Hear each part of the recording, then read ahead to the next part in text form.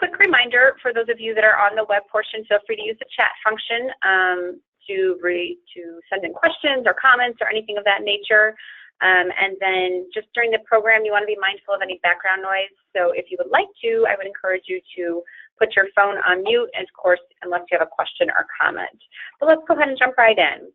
So by the end of today's program, you're going to be able to understand what defines a millennial and really what makes them unique.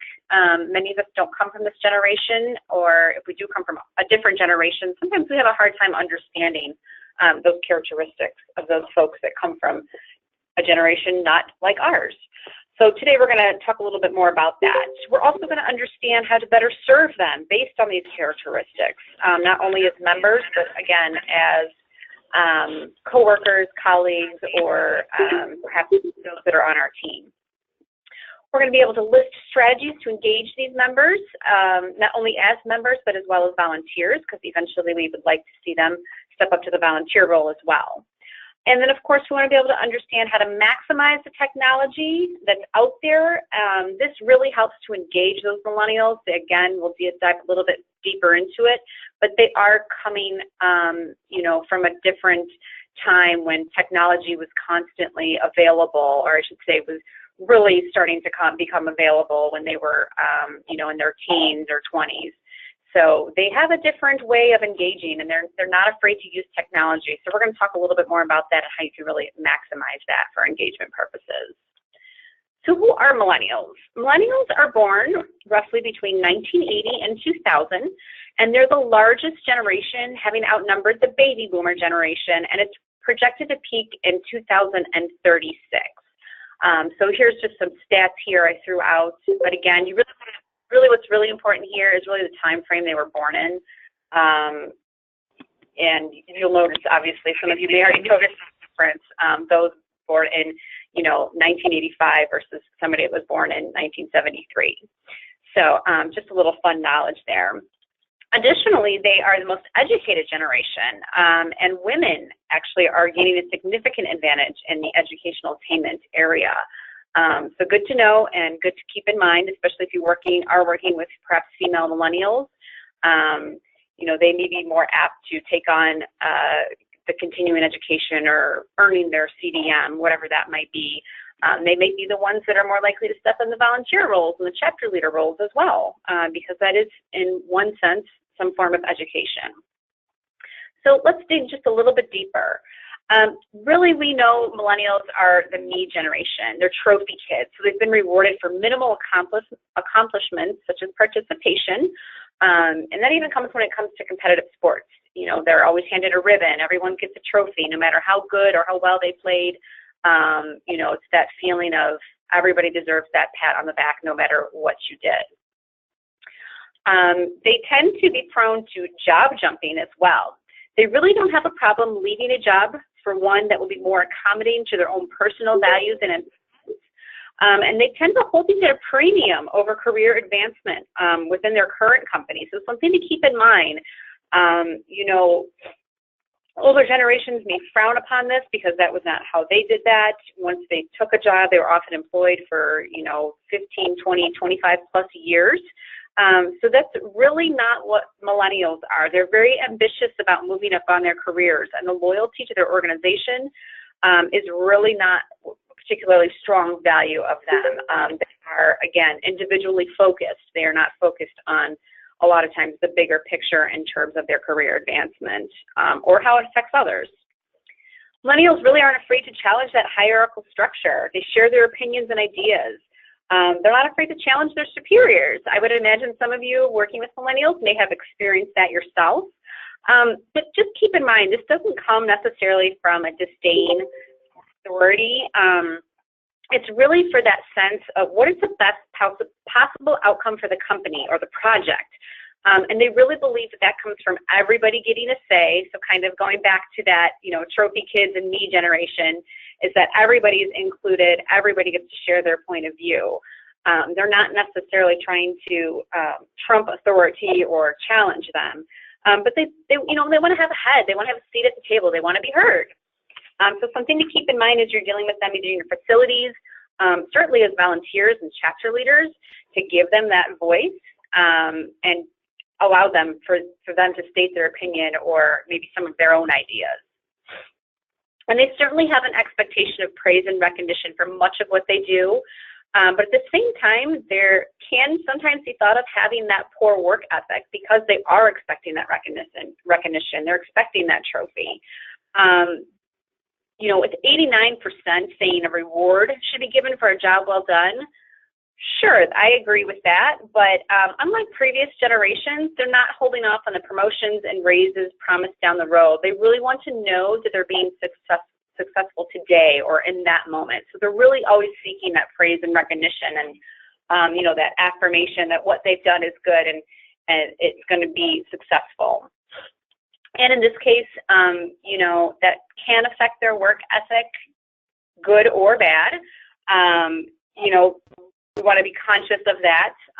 Certainly everybody wants to be praised and recognized, but you as a manager maybe can't notice every single little detail they're doing and they're doing well. And part of it is, you know, just that's their job. That's what they need to be doing anyways. And certainly as a volunteer, things unfortunately go unrecognized or unnoticed. So that can lead to different work ethics depending on which generation you're coming from or ideas of work ethics. And a lot of times we tend to think of millennials as entitled. You know, because they constantly crave that praise and recognition. Some of us might view that as entitlement, that, you know, well, they may think because I've worked hard, I deserve this promotion. Well, sure, that might be the case in some instances, but it's not always going to be the case. So not to beat up on millennials, you know, they really do have some other characteristics that should be embraced. One is that they really do have a love for learning and education and ongoing learning, continued education as we know it. Because they're out of college, it doesn't mean that they necessarily are done with learning for those that went to college. They're very eager to continue expanding their skill sets and amassing that knowledge, holding intellectual stimulation. It's really a top factor in the workplace and definitely good for motivation. So something for you all to keep in mind as managers, but definitely as chapter leaders. You know, where can you point out to them that they may learn a skill, you know, based on a volunteer position or role that they take on? Perhaps it's something along the lines of meeting planning or program planning. Maybe it's something they've never done. But if we can spin it in a way that they're going to gain something for themselves, they may be more apt to take on that role. They're really more open to change, certainly more open to change than some of our older generations. They really tend to recognize that the business and technology landscape, is just constantly changing, and that the ways of our working really need to adapt to that. So they are much more adaptable. You may or may not have noticed, depending on, again, your team or within your own chapter. They don't tend to flinch at things. And some of that has to do, you know, going back to that job jumping. If they are job jumping, they're changing jobs every 2-3 years, you know, they're getting different experiences on how different facilities work or offices work. Perhaps if they're joining, you know, the chapter, if they're moving from state to state, each of our chapters tend to do things differently. So that does make them more adaptable to change because they've had to be part of that change if they are doing those kinds of things. They're really often motivated to make an impact or a meaning. They like the idea of making an impact on an individual or certainly a cause rather than the organization. You know, we know kind of the political environment that's out there now. We see a lot of younger faces in those crowds, no matter what the topic is. So they are more likely to be motivated by that kind of thing. They really want to understand how to perform a task. They like to know why they're performing a particular task. And they're more likely to work harder if they understand the importance of the task and how it's going to support the organization's big picture goals or make an impact. So, you know, think about a time maybe threw out a volunteer role, nobody took it. Well, now maybe take it a step further next time. Explain how this role is going to impact your chapter, how it's going to make that positive impact. Certainly you can apply this to your teams, your facilities. You know, I'm asking you to do this task because A, B, C, and D, and lay out those examples for them. You know, really see that they understand why they're doing it, even though it might seem, depending on what it is, a very minuscule and unimportant task. You So ensure that they know that it really underpins the big picture of your chapter or your organization. Some of you may not agree with this, but some of us may think the work-life balance, the characteristic of a millennial, this is something very important to them.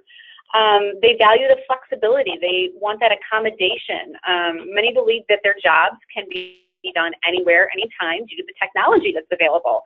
And they really value those that embrace that characteristic. So a little bit later on in the program, we are actually going to talk about virtual meetings. I know it can be difficult for many of our chapter leaders and volunteers to come together face-to-face on a regular basis, but virtual meetings offer us that opportunity. And that's definitely something I think our millennials would, embrace and, receive very well if they're able to join maybe the meeting, your state meeting for a half a day in the comfort of, their office or their home or wherever they may be out and about, and they can still receive that top quality education.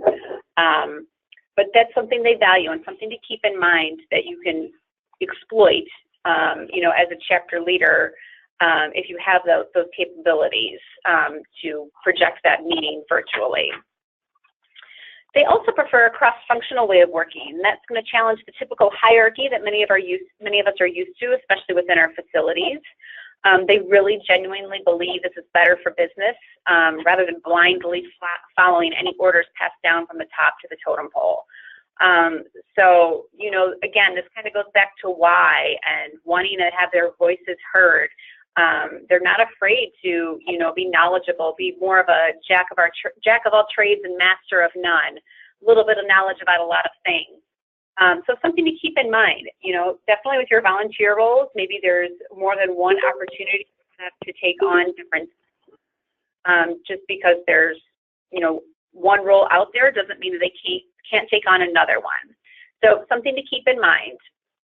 And really they're tech and social media savvy, and we definitely know that, between the smartphones that some of them grew up with, definitely grew up with computers, all of these social networks were not around, 40, 50 years ago, so now those are just a thing of every day to us for the most part.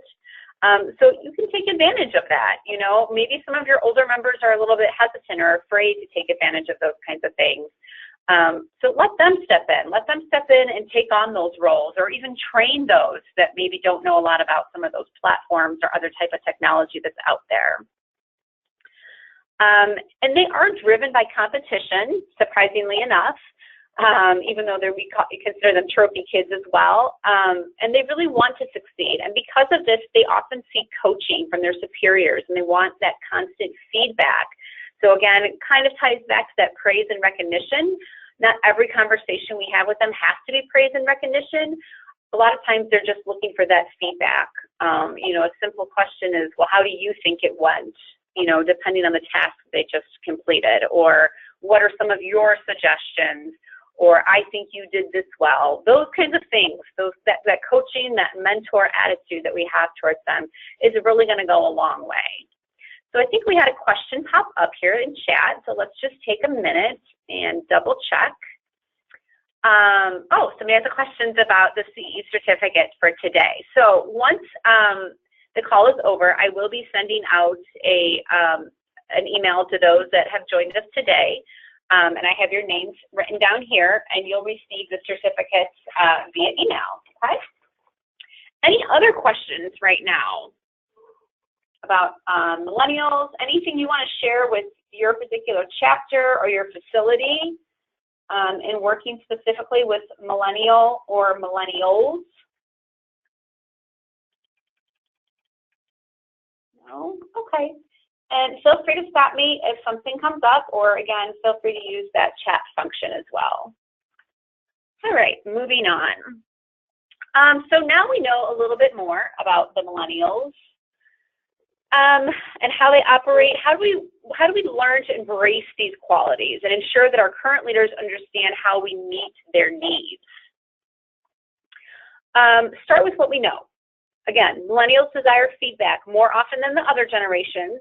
They're used to that immediate feedback whether it's Facebook or Instagram or other social media platforms, you know, they're getting that like or they're getting that comment right away. That's a form of feedback for them. Seeking feedback and mentoring, this really presents a great opportunity for us as chapter leaders to coach them because they are creating that confirmation, you know, that what they're doing is the right thing. But they're also creating that attention that how can I improve? How can I get this skill set, that cross-functional skill set that they're looking for? They really value that coaching and that mentoring over giving orders. Certainly, you know, any kind of micromanaging, most of them care for. And again, some of this I am generalizing. Some of it's going to be on an individual, you know, preferences. But these are kind of typical characteristics of the millennials. They appreciate more guidance and advice rather than, again, being micromanaged. So definitely something to keep in mind. They often want that frequent and immediate communication feedback. Again, this is a generation, they're used to that instant gratification. So the texting even, think about texting. Of those of you that text, you know, some of us expect that text to be, answered to immediately, or even our emails in some cases. It doesn't mean you have to with them, but definitely something to keep in mind. And a note to that, they do want to establish rapport of frequent communication and a positive relationship, almost like a friendship with their superiors. However, you know, some of us tend to draw the line that, you know, we don't want to be that comfortable with those that are reporting to us, and I think that's fine. It doesn't mean that it can't be, you know, a friendly, professional relationship, but they want to feel comfortable asking for that feedback. So kind of making that environment available to them. That doesn't necessarily mean that you have to strike up a friendship with them, but definitely making them feel comfortable enough to walk into your office, sit down, and have a chat with you. Certainly about something sensitive, they should be comfortable with that. And definitely as volunteers and chapter leaders, you know, some of our chapters have run into issues where they don't feel comfortable going to that chapter leader. So oftentimes national will need to step in, which is fine, but definitely as chapter leaders, we want to be sure that we can be open to any feedback or issues that might arise from some of our members. And because millennials tend to be self-centered, they appreciate when their superiors take a genuine interest in them and what they're doing. I think this is a valuable thing with anything in recruitment, in terms of recruitment for our chapter leaders. I think especially with new folks coming on board, it makes them feel welcome. It makes them feel part of a team. Maybe it's not your particular interest, but at least asking questions about something they do or their family or their hobbies or anything like that is really going to make a person feel engaged overall. I don't necessarily think this is a millennial thing. I just think it's kind of human nature to have, you know, appreciate when somebody can take an interest. And we certainly all want to be heard as well. Again, they also want these opportunities to develop their skills and build their resume. So that's definitely something we want to throw out there to get those millennials engaged with our chapters or within our facilities, that you're building those skills, you're learning new skills, and you're going to be able to add that on your resume. Certainly a good time to suggest volunteer positions, you know, to get their foot in the door and gain some new skills. And of course, since millennials tend to forego tradition, you might want to consider altering your mentoring style to something a little more non-traditional. Rather than that traditional one-on-one approach, consider using some other mentoring methods. Micro-mentoring. So this involves the mentee meeting or speaking with various subject matter experts. Perhaps they want to learn more about board governance or need guidance on the best CE courses to take. This might not just come from one mentor, but it might come from several mentors over, you know, a couple months, depending on what they're looking for. Group mentoring, that can be led by a veteran volunteer or even somebody, it can be peer-to-peer. So you could divide your members into groups based on the topics being discussed, and, you know, everyone has experience, they can share that. If they don't, they can listen. But this is a great idea because then your participants are really exposed to a variety of topics or issues that maybe hadn't come across their plate at that current time. Reverse mentoring. Now, this is a great opportunity for these millennial members to come in and educate your veteran members. So just a few moments ago, I mentioned the social media. Some of our older members might be a little bit hesitant to use that or to frequent that, even just for volunteer purposes. This is a great time to have your millennial members jump in and either own your social media accounts and be the administrators on there, or teach others how to use those. And of course, if the groups don't work, one-on-one is certainly tried and true method of mentoring. You might want to consider incorporating levels, meaning having newly certified members work with those enrolled in programs to mentor them through the studying and the exam process, or I should say those that were not yet certified or working towards that. And then, think about past board members, mentoring the incoming board members. This is a perfect opportunity to do that. Or even matching them with new members with the veteran members to show them the ropes. Maybe if you have a tradition at your state meetings and they don't know about it, pair them up with somebody that knows all about that and just can kind of walk them through that whole day with them, feeling like they have a partner and somebody to turn to ask questions, can really help them, really make them feel engaged. Now, has anybody had experience with any of this type of mentoring, whether it be at your facility or within your chapters? No? No one? Okay, fair enough. All right, so we also know that millennials are motivated by making a difference or an impact, as we touched on earlier. This is true not only of their careers, but their personal lives as well. And as we all know, volunteering allows us really to make an impact. So right now, I want you to just take a moment. We're not gonna share. We don't need to share, but just think about this yourself. The number of hours you, as a chapter leader, spend on your chapter or your volunteer time per month. So, that can include board meetings. Are you putting together the newsletter? Are you having to go into the chapter portal to download the roster? Are you updating the website? Think about your average number of hours that you are volunteering or you're working as just an ANFP chapter leader per month. Once you have that number, I want you to take the 2356, for those of you that are not on the web portion, and multiply that by the number of hours that you've estimated. This is a number from the Independent Sectors Estimate, which is an estimate from the Corporation for National and Community Service. That's what they use for their statistics.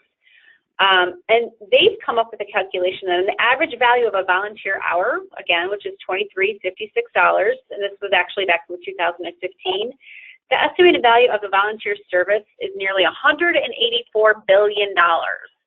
So, you might want to play around with those numbers, maybe ask your board members that aren't here to see what they think they're putting in per month and kind of play around with that number. But you'll see that overall aggregate number is really making a big impact. It's your free time, it's your personal time, and we certainly appreciate every single minute that you put into it at. But if you can share that number, that might really resonate with some of your millennial members that, wow, I'm making this impact when I'm volunteering. We don't have to hire out for these services. We have volunteers that are able to put this amount of work forward. So just something fun to maybe go back to your board and see what happens with that.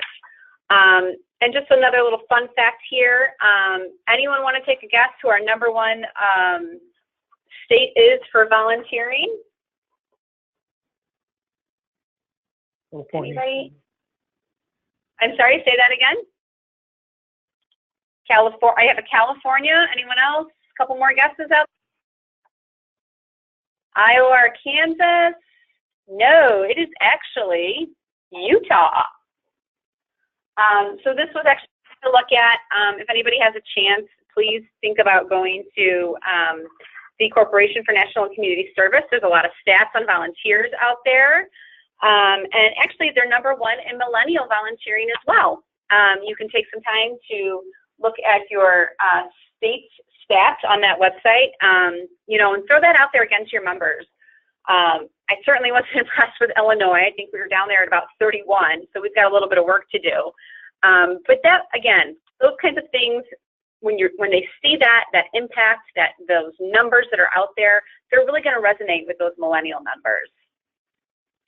And they like to know the organizations that they're part of, like ANFP, are making an impact. Certainly as CDMs, we're making an impact every day, but we can definitely do the same as an ANFP member or as volunteers. So when you're thinking about that, share with them, your personal experience. Was there a time when a volunteer or a member directly impacted you or perhaps somebody else, through their volunteer efforts? How did they make a positive impact, or vice versa?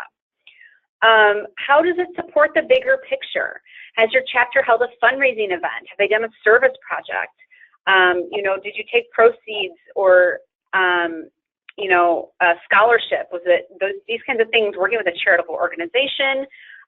Let them know. And even better, if you can, say you're giving a scholarship, if you can bring in that recipient and have them speak to the advantage of receiving that scholarship, how that helped improve their life or helps them pay for school, bring that person in so your members can see that face. Definitely, we just did the Northern Illinois Food Bank, I believe it was last week, as part of Hunger Week here at ANFP. And at the end of our shift, the food bank always gives us the numbers. And I think we packed like 7,000 pounds worth of food. So, hearing that number, you're like, wow, that only took a couple hours of our time, and we made such a large impact. So how you can share that really is going to, I think, make an impression with them. Or perhaps there was a time when a volunteer made a difference or an impact in their lives. Now it's time for them to pay it forward. Remind them that becoming a member or volunteer, they're going to gain that new skill, they're going to gain that knowledge that they can most likely apply to their job, and that's certainly going to make an impact as well. Being a member or volunteer often presents a teaching or mentoring opportunities. Certainly as chapter leaders that you have that opportunity fairly regularly if people are stepping up into new roles, and they need to be taught how to do that role. You may want to consider hosting or participating or attending in other volunteer events to get them engaged. Again, they like to see that impact with the bigger picture. Certainly hosting a food drive for food banks or animal shelters, holiday toy drives, clothing for veterans. Those are easy ideas to give back or help coordinate or help volunteer for. They're often one and done, so they're more micro-volunteering opportunities, which millennials tend to favor over long term. You might want to consider offering a discount on meetings if they bring in items needed for the drives, like canned or dried goods, household materials. Sometimes they like that. They're giving back, but then they're still receiving something in return. You might want to consider volunteering as a group with a local organization, maybe a national organization such as Habitat for Humanity. Think about maybe a local river cleanup, cooking meals for the homeless, or Special Olympics. These are all charities that you can work with as a group. And again, playing off of these characteristics of a millennial, make it competitive, making an impact while having fun, right? Consider having a contest using a charity app such as Charity Miles. And this is when the more miles you walk, run, or bike, the more they donate to the charity of your choice. And that includes Feeding America, Wounded Warrior Project, Special Olympics, and many, many more. I would encourage you all to check out their website or check out the app. And there's many games, actually, that are out there that when you download, they're going to donate to charity. So these are great ways to get people involved, playing off of those millennial characteristics. And of course, what good would all of these efforts be if we didn't recognize them? As we know, millennials like that recognition, that praise, and being rewarded. Recognition for millennials is very personal, and it's going to help them build their self-esteem, and it motivates them to strive to do better. So some things to keep in mind when you are doing this, and this holds true not just for our millennial members, but really our volunteers, and certainly can be applied to your team as well at your facilities. We want to reward and recognize early and often. Social media certainly is a perfect vehicle to do this because it only takes an instant. Try using brag tags. That's when you tag a member and you brag about their accomplishments. So, John Smith stepped in at the last minute to help us organize our meeting, when he wasn't on the committee. Just send that a quick little line there on social media. It can really make someone feel good. Customize their recognition experience. Make them feel special. Have the president meet with them individually, a meet and greet. Have the president thank them for becoming a member or volunteer. Certainly a lot of you already do this when you recognize them in newsletters. Think about creating a section in your chapter's newsletter that feature a new member in each issue, kind of like CDM Spotlight or CDM of the month that we have out there. Certainly feel free to get creative. Consider a giveaway or a token of appreciation upon joining. I know many of you do this as well. Consider a day in honor of new members. So maybe if you have a 2-day conference, one of those days is honoring those new members and doing special things throughout that day to recognize them. Give them a standing ovation at your chapter's meeting. Sometimes something like that can really make somebody feel special. Consider having a get-to-know-you roundtable discussion at your next meeting. Giving veteran members the opportunity to get to know their new members a little bit better. And for those of you that step up and volunteer, again, social media, posting what some of you may have heard called helpies, which is a photo of the volunteers in action. Definitely be sure to tag them so it shows up on their social media account. Consider writing that feature article in your newsletter chapter about how they made an impact, really highlighting that their good deeds are not going unnoticed and it really had a positive outcome either on the project or perhaps an individual. Writing a personalized handwritten thank you note for volunteering. I feel this one can go a really long way and certainly is nice to receive that, to know that somebody thought of you, thought of them. And consider sending a recognition note to their superior as well. So, if you knew that perhaps their director had made time for them or allowed time for them to come to a chapter meeting or help out, make sure that their superior knows that that is certainly appreciated, because not all of us may have that opportunity. Consider creating a Volunteer of the Month or the Year award within your chapter and present this at your annual chapter meeting. Consider contacting your local press. Let them know about how your chapter has made an impact via a volunteer event. So perhaps if you collected items for a drive, let the press know that. A lot of times, many of our towns have what we call patch, like St. Charles has their own St. Charles patch website. And this is open to basically anybody in the community to post what they'd like, of course, within reason, but certainly a great place to get a little bit of local recognition there as well. Anybody want to chime in and let us know some ways that your chapter has made an impact? And if your volunteers were recognized? Anybody? How does anybody recognize their volunteers currently, millennials or not? Is anybody recognizing their volunteers? I hope so. I think you all work too hard to not be recognized. Okay, well, feel free to drop your comments in the chat box again. Great, so we've getting a few chats in here. Each meeting sounds like somebody has their photo taken, which I love that. Let's see, you do certificates for volunteers. Great, this is wonderful. I think that's a really nice touch to do for your volunteers. Just something small to let them know that, hey, what you did it's appreciated and it's not going unnoticed.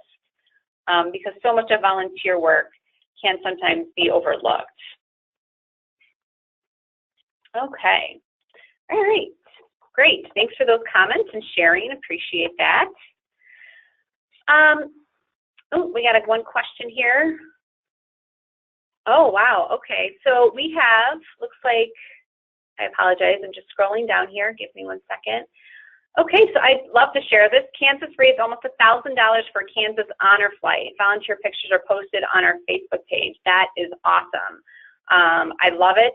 Hopefully you guys tag those volunteers. I see those pictures of those honor flights pop up throughout my Facebook feed, and I think this is just a wonderful, wonderful thing. So thank you for sharing that. Another great idea for a service project, and then certainly making sure that those volunteers are recognized.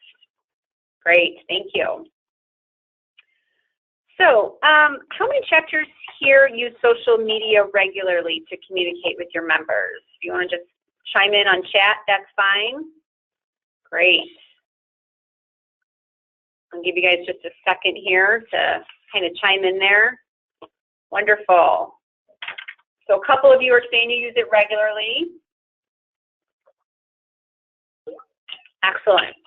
Okay. Well, kudos to you, because I actually firmly believe that this is the way many of us are going to be communicating regularly in the future at some point. Again, just as snail mail is kind of dying, I do think email may one day be like that as well. We will have no way to communicate except social media. But that's a long, long ways from now. So pleased to see that some of you are using that regularly. And I know some of you might be questioning, well, why should I use social media as an engagement tool? Especially some of us that didn't grow up with it. We're not used to it. We don't know a lot about it. And maybe we're not even on it at all. But here's why. So as you see here, on those of you that are on the web portion, millennials still prefer Facebook as their preferred social media outlet over Instagram, Twitter, and Pinterest. So if you are planning to use social media, or you're using it now, consider Facebook still to be the front runner. They're still using it. Yes, they're still using other platforms, but really they're still checking up on this for now. The younger generation coming up behind the millennials, that's about to change. But for now, we're going to focus on the millennial generation. And actually, you see here, it's the preferred social media for every age group. So there's another positive thing about that. Those of you not familiar with it, it really allows you to instantaneously communicate with your members, post pictures, share links, videos, and other important industry and chapter information. And this is all happening in real time. For those of you that follow us on ANFP Connect, you may have noticed that. I'm sorry? Do you have a question? Okay. Anyhow, those of you that follow us on ANFP Connect may have noticed Cindy Zemko, our Director of Education, had posted a Facebook Live. So she shot the video as the Spark sessions were taking place in Dallas, and then posted that immediately to our Facebook page. So it was kind of cool. Even though you weren't at the meeting, you got a little taste of it. And that was all happening live, so very neat. And again, that instant communication. It allows your members to share any information that you post. So when your post is shared, it shows up on anyone's feed or Facebook page that is friends with that member. So if I share something from, let's say, the Wyoming chapter, everybody in my friends, or that I've allowed this to make public, has seen that. So maybe there's somebody out there that doesn't know what a CDM does, that doesn't know what ANFP is about. I'm possibly reaching that prospective member through sharing that post. So it's really free outreach. It's free advertising for your chapter with virtually no additional effort or time or resources needed. So it's definitely something to keep in mind. Furthermore, we can link your chapter's Facebook account directly to your chapter's website, and that goes true for any of your other social media accounts. So if you don't have that hooked up to your chapter's website, please go ahead and share that link with us, and we'll be happy to get that connected.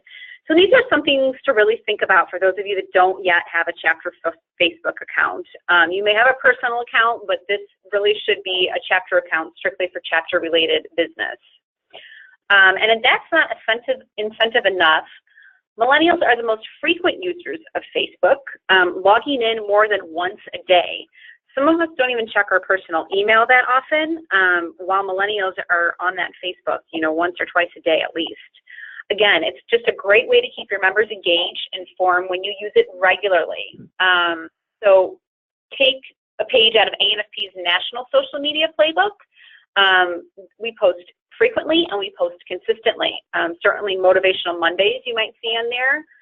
Again, if you're checking your Facebook regularly, which doesn't have to be daily, but you'll notice the consistency within our posts, and our members have come probably to expect to see that in their feed, depending on the day.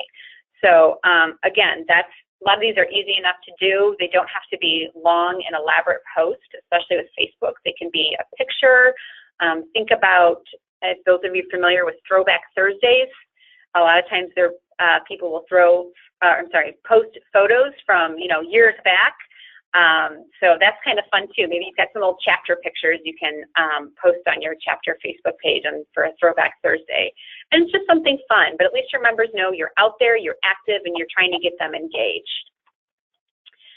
And while social media being one of the most convenient ways to engage your members, we need to keep in mind the other characteristics of our millennial members: making an impact, wanting to be heard, certainly their love of learning, and of course, wanting to be recognized. To be asking what they want out of it. Consider conducting a survey. What types of benefits do they want? What kind of social activities or volunteer opportunities are they interested in?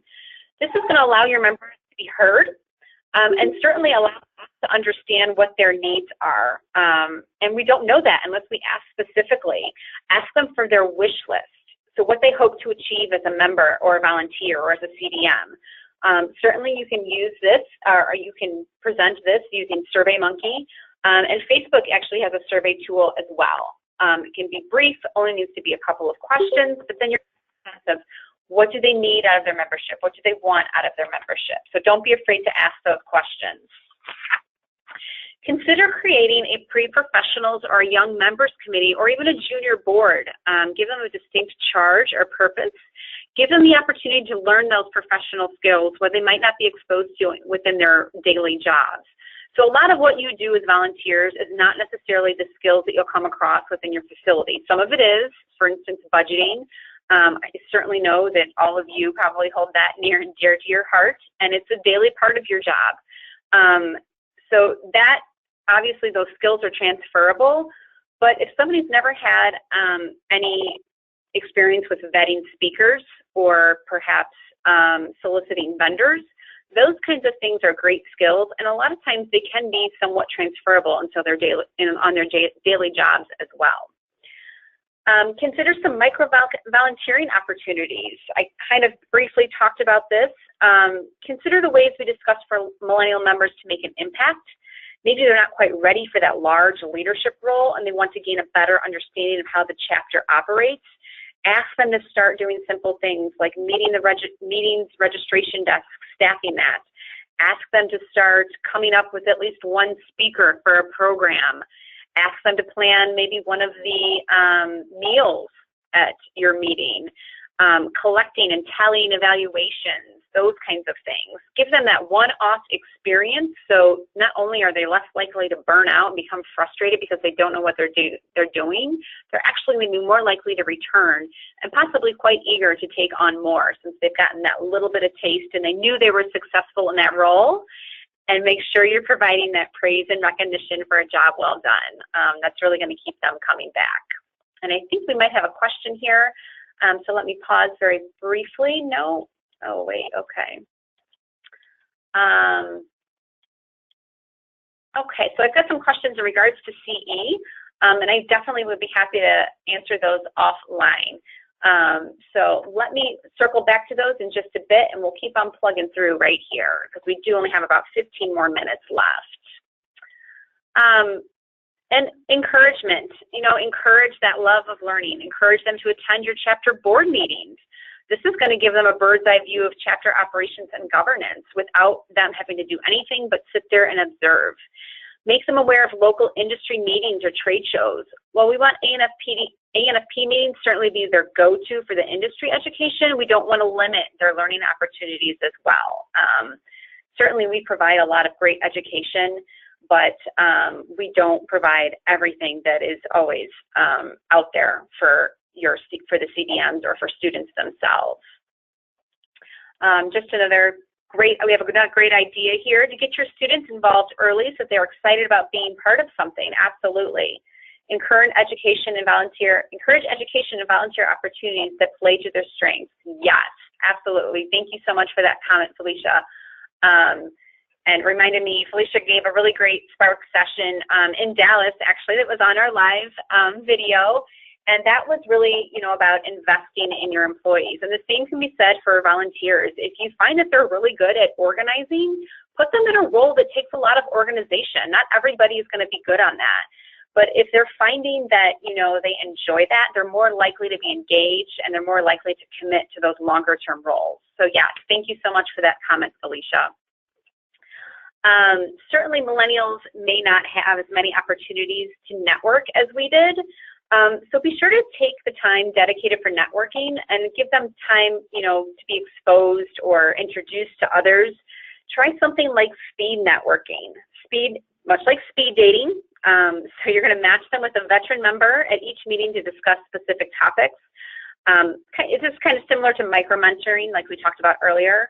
But this gives them the opportunity to meet quite a few people in a short amount of time. Seek them out what makes them unique. So just as we discussed a moment ago, if they're uber organized, where can we fit them in? Where can they help out? Again, we can ask them, what would you like to do? What do you envision yourself doing as a chapter leader or a volunteer? And play to their talents and their interests. Make sure that they're doing something that they like. Sure, some of our volunteer work is grunt work, and it simply needs to be done in order to move the chapter forward. But that doesn't mean that we can't start them with the right direction and knowing that we are taking an interest in them, and we're keeping in mind what they like and where their strengths lie. And certainly don't forget the social aspect that millennials crave. Because they're spending so much time isolated, they're in front of a screen, they're not always getting that face-to-face attention that they crave. Social events can be a great way to get them engaged. Some fun things like offering a yoga class before your first session. I know some of our chapters have done that. Depending on your distance from one another, maybe invite them to a happy hour, perhaps a lunch. Think of starting a book club among your members, holding maybe an annual summer cookout, and offering those volunteer opportunities to give them the time that they need to just socialize and have fun and build those connections, build that trust and respect for one another, without always it having to be chapter and volunteer focused. You can build some really long-lasting friendships and relationships with people if you're giving that time to bond and have a little bit of fun together. And of course, incentivize benefits. Offering those discounts on meetings for that first year of membership. I know many of you already do this, or you allow students or new CDMs to come free, but they're more likely to get your foot in the door. And when you got their foot in the door, that's half the battle. The next battle is then keeping them engaged, keeping them incentivized if they're doing the work. Consider starting something like a rewards points or loyalty program for attending these meetings. Perhaps the more points you get based on the number of meetings, and you can earn a discount at maybe your fourth meeting. So sort of like a punch card. But that keeps them engaged, that keeps them coming back. It's building that loyalty, and you're still incentivizing them. But again, they're becoming familiar with your chapter, familiar with your leaders and the other members, and they're more likely to be engaged and stay engaged. And of course, we want to recognize those that are volunteering or those that are on our teams. How are we recognizing them? How are we incentivizing them? Certainly consider the ACE Awards, which I know as chapter leaders, that was part of the requirement. Consider creating your own award. I know many of our chapters give out their own awards, but again, maybe it's a Volunteer of the Year award, maybe it's a new member award. You would come up with that criteria, but that's a great way to recognize them. Definitely with the social media, those brag tags that we talked about is a great way for us to recognize the members and all the good they have done. And it's a quick and a free way to do it. And it can be consistent. Maybe you do that once a month with your volunteers. So any questions there about some ideas to get your members engaged? And these, again, yes, they apply to millennials, but a lot of times they still apply to all of our members as well. Any other ways if somebody wants to throw out there how you're getting your members engaged? Excellent. So we have a comment here from Abdullah with Ohio. On each attendee badge at our state conference, they've placed years of membership on each tag with color level codes. I love that. That's a great way. Hopefully they kind of will be able to pair themselves up with somebody that's been there 20 years versus somebody that just joined.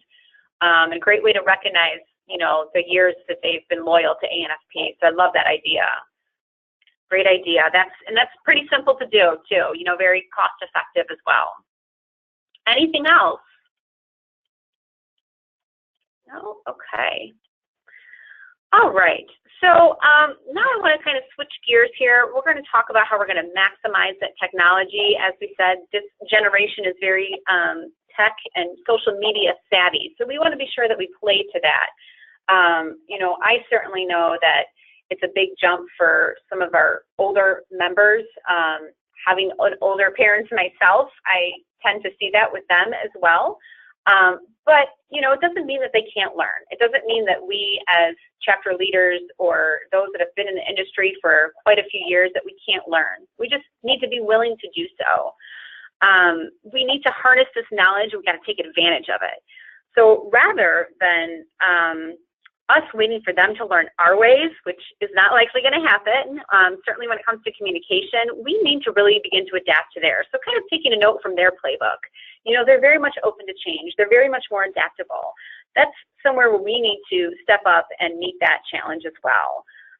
Again, getting creative with your social media posts is a great way to start. Those hashtags, those of you that aren't familiar with it, they're usually with the number sign, and they have some little word, some kind of fun word or a little tag about it. So, for example, we use Pride in Food Service Week, and we have a hashtag, and that will tag that photo or that post, and it can take you back to a website depending on what you do. Again, we talked about Throwback Thursdays or TBTs, which is a fun way to post a past picture. Maybe you had a photo from your meeting 10 years ago. Throw that up there. That's fun for them to see. They'll get a kick out of that. Also, something you might not have heard of, or as I mentioned earlier, are your helpies. So as you're volunteering, as you're conducting your service project, in fact, I've seen them, some of our Diamond Award applicants had them in there, and I thought that would have made a great post had they not already done that, which they very well could have. But just kind of a fun way to spin a photograph, and of course use the hashtag and call it a helpie. So for those of you that are Instagram, which as we know is the second most used social media platform, this is a photo, video, and message sharing app. For millennials, the thing that's nice about this is that they're more about the visuals, not so much the text. And with Instagram, it really is about the pictures, about the photos, about the videos. They're shareable, and there's these bite-sized visuals. They're information they can comprehend very quickly. And the photos can actually also be shared onto Facebook. And members can follow your account, your chapter account, and you can follow theirs. So see what they're up to. So just something to keep in mind. Maybe you've mastered Facebook. Now it's time to move on to Instagram. And it's, easy to look through. You're not reading through anything. You're just kind of glimpsing at pictures. But whichever social media your chapter decides to use, they're all instantaneous ways to communicate with our members. But you should definitely keep some basic best practices in mind, whichever account you're using. And that is, we want to be sure we're planning ahead. Figure out how, first, your chapter would like to use social media. Is it strictly for chapter updates? Are you going to incorporate national news posts related to the food service and nutrition industries? Are you going to post monthly photos? Once you figure out how you're going to use it, as well as the strategy, the content's going to be a lot easier to create. And this can be a very simple Excel spreadsheet. Perhaps it's a bi-monthly post. Again, ANFP National, we do Motivational Mondays. So every Mondays, we're sending out a motivational quote, perhaps a photo is attached to it. So we know ahead of time, though, exactly what we're going to post. Be consistent. Whichever platform you choose to use, you want to use it consistently. So again, is it once a week? Is it every 2 weeks? Be sure that you're doing that consistently, because your members are going to come to recognize that and expect that in their feeds, and maybe even look forward to it, hopefully. And don't be afraid to share that wealth of knowledge. Post the links that are relevant to your industry news, articles, blogs, or other resources. This is a great way to get members engaged and keep coming back to you knowing that you're a reliable source of industry information. Certainly pictures, they're worth 1,000 words. Use the pictures, images, videos to tell your story about a chapter meeting or an event. Again, back to that service project, those pictures are always a delight to see on the Facebook feed. So don't be afraid to post those. Feel free to start a conversation. This is where you can really get your members engaged, even maybe some non-members engaged. Ask open-ended questions. Like, what's your favorite dish to cook and why? What's your favorite part of your job? Those kinds of things will get people thinking. Funny enough, one of our more popular posts happened a couple weeks ago, and that was the ANFP marketing team posted our pet board. So we got a lot of reactions around that and asked people to post, you know, photos or posts about their own pets. But we got a lot of people engaged, so it can be fun stuff like that. It doesn't necessarily always have to be CDM or ANFP related. You just want to get people engaged and responding to you via social media, as long as you're going to be posting it out there. Definitely posting a quick note, save the date, or upcoming chapter meeting information is an easy way to promote your chapter's meetings, events. Maybe you have a volunteer opportunity, great way to throw that out there. But definitely remember to add those links if applicable. And certainly important, keep it clean, keep it professional. You want to keep it somewhat relevant to your ANFP members. I know I just mentioned the pet post, but again, that was kind of fun. But it was certainly, you know, clean and professional. And definitely if you're posting something that, you know, with quite a bit of length, you want to be sure that you're proofreading that, making sure that it is professional and error-free. These are just a few general social media best practices. We do have a few other tips that you'll see on a handout, and that's available on ANFP Connect, and that's titled Making the Most of Social Media. Again, you can find that out on ANFP Connect. And again, keep in mind that your social media accounts, whichever ones you have, we can link those back to the website so that's very easily accessible to anybody that visits your website. And definitely social media is a great way to stay connected either before or after your meetings. Some cases during meetings, depending on if you're going to use the Facebook Live, and you know, we have that chat function in our Whova app, which is we found to be very handy. Virtual meetings can often be the next best thing. Because millennials, they want that work-life balance, they're not always going to have the time or make the time or want to spend the time attending a meeting, unfortunately. Virtual meetings, I don't think this should be in place of your face-to meetings. I want to stress that. I do think that there's so much value in our chapters face-to-face meetings that this, you know, could be something maybe you're doing once a year. But it's perfect fit for their lifestyle when that face-to-face meeting isn't always an option. And as we know, convenience is really key for this generation. Just a few of the benefits, certainly, of virtual meetings, besides meeting millennials' needs for the convenience. Virtual meetings can help reduce costs. It reduces costs on both ends for the members as well as the chapter. Your members aren't having to spend the time to travel. They don't have to take off of work. And certainly as a chapter, you may not having to pay for event space, food and beverage, things of those nature. Saves you time because you're not traveling to get to the meeting, you're saving your attendees time. So this is another great selling point for that. Some, like ours, we can record and we can archive this. The program we're currently doing now allows us to do that. So for those that aren't able to attend the virtual meeting, maybe present a recording for them to listen to another time when it's most convenient for them. They might not be able to earn the CE if you have it attached. We do put a condition on our archived chapter chats that are attached to CE. If you view that at a later time, we don't offer that just because we have no way to verify that they actually took the full program. So something to keep in mind if you are going to offer CE with yours. And depending on the platform, you can share information right on your desktop. So the presentation that you're seeing right now, this is running right off of my computer. And certainly, you know, you can make it more interactive this way.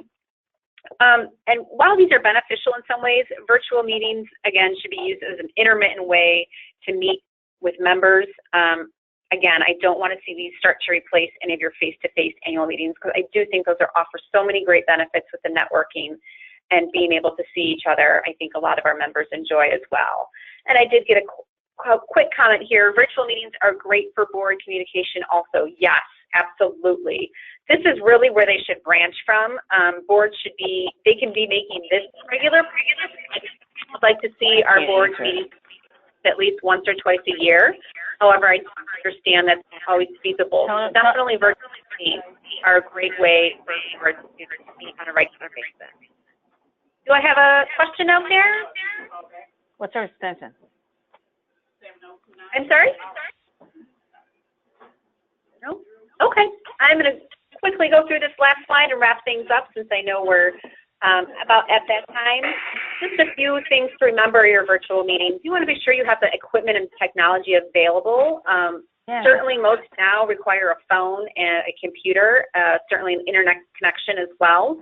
And then, you know, depending on what you do, you want to test this. If you're not familiar with the platform and you don't use it regularly, set up a test time to test the platform and make sure it works. Certainly if you're going to have a speaker calling in from across the country, or, you know, somebody's going to be calling in from ways away, you want to be sure that technology is working before you go live with your virtual meeting. So give it a test drive before you do that. Some of these I want to throw out there: Uber Conference, Skype and GoToMeeting, Facebook Video, and freeconferencecalling.com. These offer platforms for virtual meetings. Some do have charges related to it or a fee, some do not. So I would encourage you all to look into that. We do have a sheet available out on ANFP Connect, and I believe it's called Tools to Help Better Manage Your Chapter. And we give links to all of these platforms that offer virtual meetings. So check those out. Certainly, it lets you capture attendee information. As you all heard me mention earlier, I'm going to be sending out an email following this particular session. But now I know who attended, so I know who to be sure gets the CE certificate so they can gain that hour of CE. And think about what and how you're presenting. Virtual meetings are helpful for convenience purposes, so how you present is going to be different than face-to-face.